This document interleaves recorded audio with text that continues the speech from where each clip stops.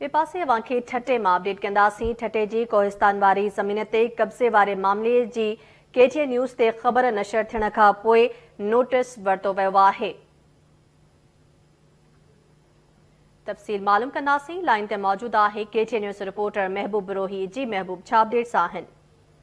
जी, ठटे जे कोहिस्तान इलाइक़े में super highway भरिसां वॾी एराज़ी ते मुख़्तलिफ़ हाउसिंग स्कीम जे नाले ते बिल्डर माफ़िया पारां करायल कब्ज़े ऐं बासु शख़्सियतनि जे मिली भगत सां थींदड़ वाधार वारे मामले ते KTN न्यूज़ पारां 2 ॾींहं अॻु में ख़बर हलण खां पोइ आला इख़्तियारी नोटिस वरितो आहे। ख़ासि तौर ते DC ठटो उस्मा तनवीर जी हिदायतुनि ते रेवेन्यू खाते एंटी इंक्रोचमेंट पुलिस कोहिस्तान वारे उन हंध ते पहुची जेका तमीराती कमु आहे जेको ॿुधायो इंतज़ामिया रेवेन्यू खाते में इन जी तस्दीक कई आहे उहो गैर क़ानूनी कमु आहे ऐं उहो गैर क़ानूनी तौर ते मुख़्तलिफ़ हक़नि ते वालार थींदी रही आहे। जंहिं करे उहो हलंदड़ अदावती कमु जेको आहे उहो बंदि करायो वियो आहे। हाउसिंग स्कीमनि खे पंहिंजो कमु बंदि कराइण जूं हिदायतूं ॾिनियूं वियूं आहिनि, जंहिंखां पोइ हुननि जो अमलो वापसि कयो वियो आहे।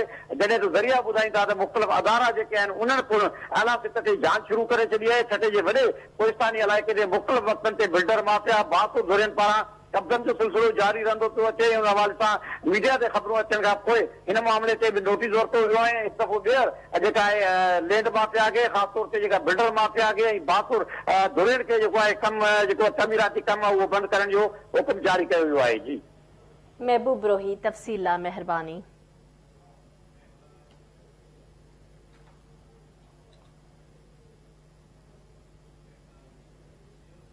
बुलेटिन में ख़बर शामिल कंदासीं।